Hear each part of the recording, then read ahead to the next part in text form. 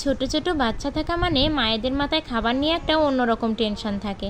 আরে যদি বাচ্চাকে স্কুলে দেওয়া হয় তাহলে তো চিন্তা যেন আরও বেড়ে যায় যে কি বানিয়ে দেবো, আর বাচ্চাদের টিফিনে তো ভিন্ন রকম খাবার দিতেই হবে। আর ছোট ছোট সোনাদের আবদারের তো আর শেষ থাকে না। আর এই যে ফোন দেখা শিখেছে, এই ফোন দেখে কিন্তু এক একটা দেখবে আর বায়না করতেই থাকবে। নমস্কার বন্ধুরা, বাচ্চাদের খাবার রেসিপির আরও একটি নতুন পর্বে সবাইকে স্বাগতম জানিয়ে আজ নিয়ে চলে এসেছি মোগলাই রেসিপি। আর এই মোগলাইটা কিন্তু মিনি মোগলাই, একদম ছোট ছোট বাচ্চাদের টিফিন বক্সে সাজিয়ে দিলে বাচ্চারা চেটেপুটে খাইবে।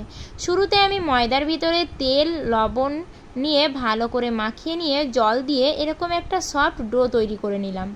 এবার ডোটাকে আমি রেস্টে রেখে দেব, তাহলে অনেক বেশি নরম হয়ে যাবে এটা। এবার আমি এই পাত্রের ভিতরে শুরুতে দিয়ে দিলাম পেঁয়াজ কুচি, আর দিয়ে দেব কাঁচা লঙ্কা কুচি, দুটো ডিম, সাথে দেব লবণ আর দেব ম্যাগি মশলা। এবার এটাকে ভালো করে গুলিয়ে নেব।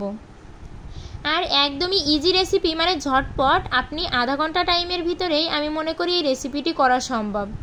আর যদি ময়দাটা আগে থেকে একটু মেখে রাখতে পারেন তাহলে তো আর সময়ই লাগবে না।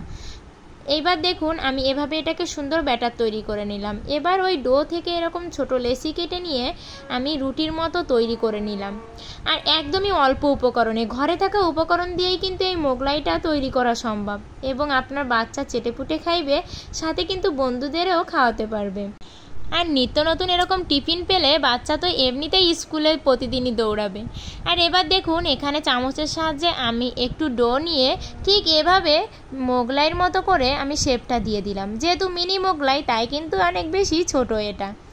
আর এটা যেহেতু আমরা সবাই মিলেই খাবো তাই কিন্তু আমরা একটু বেশি পরিমাণে এটা বানিয়েছি। আর এবার আমি তেলের ভিতরে এগুলোকে খুব ভালো করে অল্প আঁচে ভেজে নেব। আর মোগলাইয়ের রুটিগুলো খুব বেশি পাতলা করবেন, তাহলে কিন্তু এটা খেতে আরও বেশি সফট এবং সুন্দর হবে।